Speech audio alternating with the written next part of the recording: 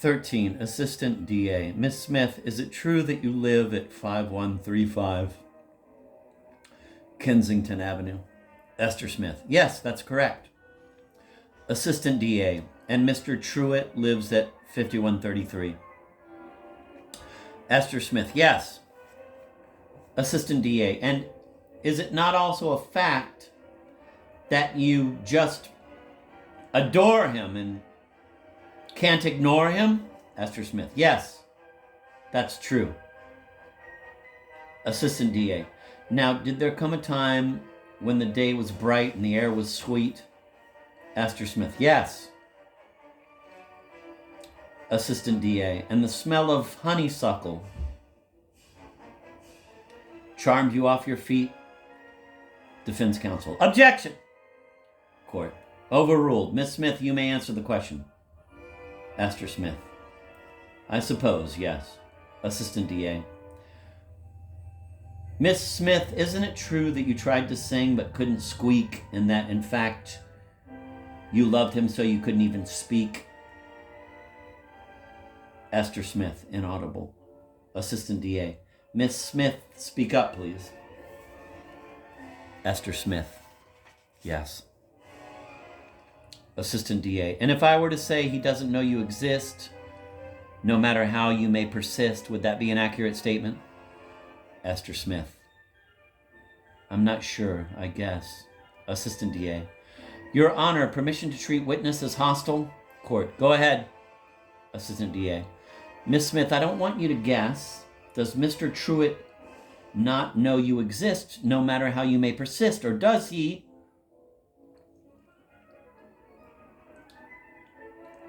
Esther Smith, he does not. There's a great hubbub in the courtroom. Reporters rush out into the piazza, jabbering into their cell phones. Court, order, order! Esther remains on the witness stand, sobbing inconsolably. Hyphen, meet me in St. Louis, Special Victims Unit.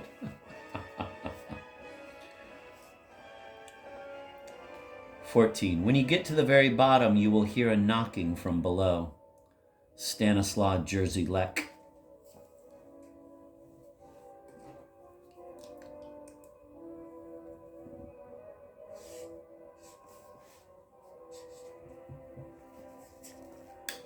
Fifteen.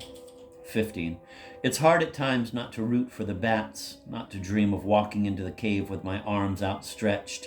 Take me! Mavis Beacon.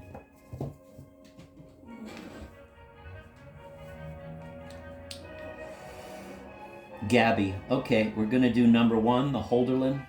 Quote, not without wings may one reach out for that which is nearest. Waiter. Beautiful choice.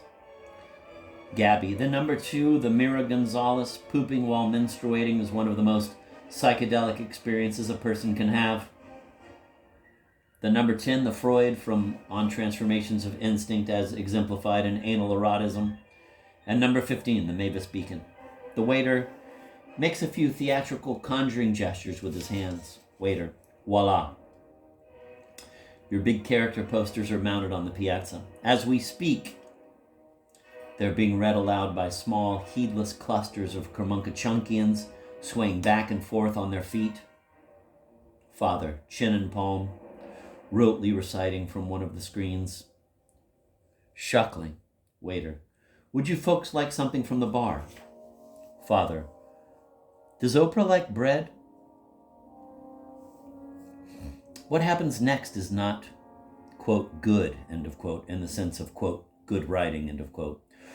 But it is an absolutely accurate documentary account of Gabby teasing the waiter, acting goofy for the benefit of her father, and a reenactment of a scene from an episode of Lizzie McGuire, a Disney show starring Hilary Duff, that they used to love watching so much together when Gabby was little.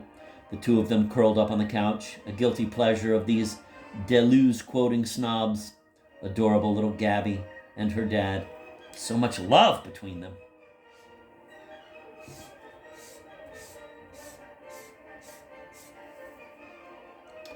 These are two people so lost in their own private folie à deux that they're reenacting episodes from Lizzie McGuire that were never actually made. that exist only in their shared imaginations, but they're reenacting them verbatim as if there had actually been an episode in which Lizzie and her dad were at the bar Polpo and Kermunkachunk, and Lizzie was teasing the waiter with goofy or scabrous drink orders with cocktails named after radical feminist assassins. This is what truly scares the waiter. He isn't entirely acting, or, to put it a better way, the act is an act.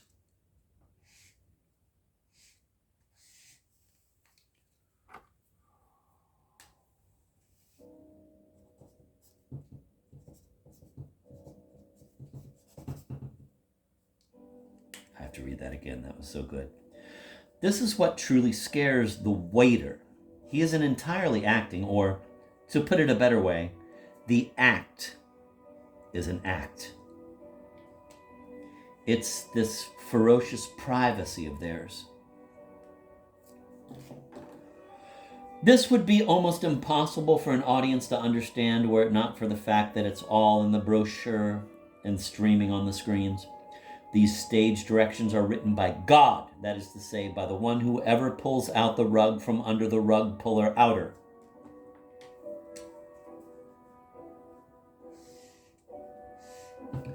God in the sense of an omnipotent, superintelligent machine AI.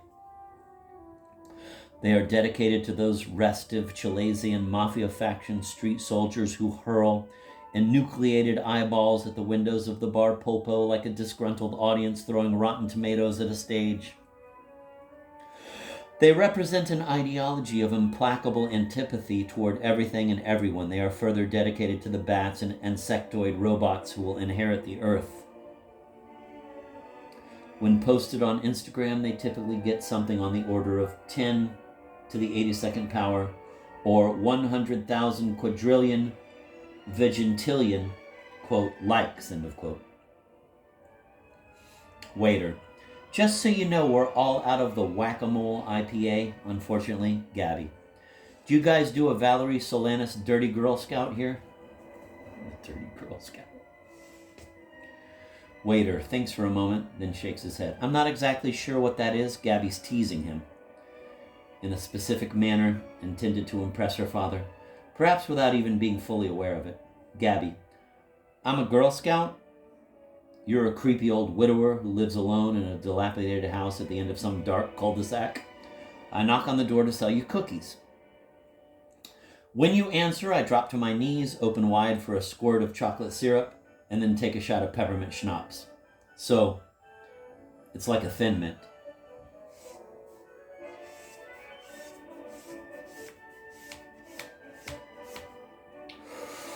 I don't get it. What's the Valerie Solanas part? Then there's a sound as if reality itself is being torn along a perforated diagonal.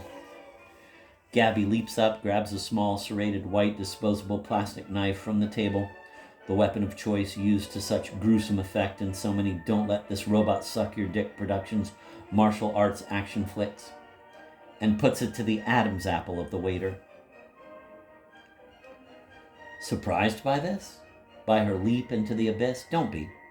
While the other children were getting ballet lessons or swimming or playing soccer after school, little Gabby, shy, introverted, reticent, wary little Gabby, surprised everyone by opting to take Sayak Kali knife fighting classes in the basement of a Filipino church in Bayonne, perhaps anticipating, even then, a life of perilous adventure in film and anthropology.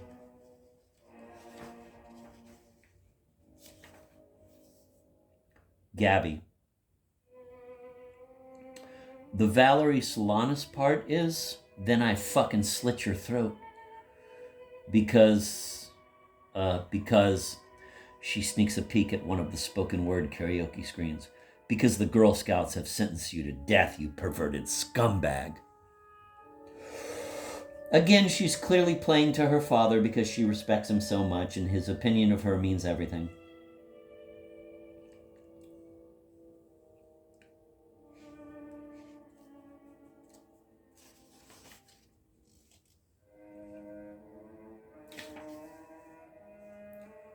The waiter seems genuinely stunned. His heart is racing. His breathing is rapid and shallow. He's perspiring profusely, etc., etc. Similar scenes are playing out, of course, all over the bar Polpo, which in a former incarnation was known as King Kong Couscous. Almost all the daughters, both consanguineous and cosplaying, have white plastic knives to the throats of their waiters at this very moment.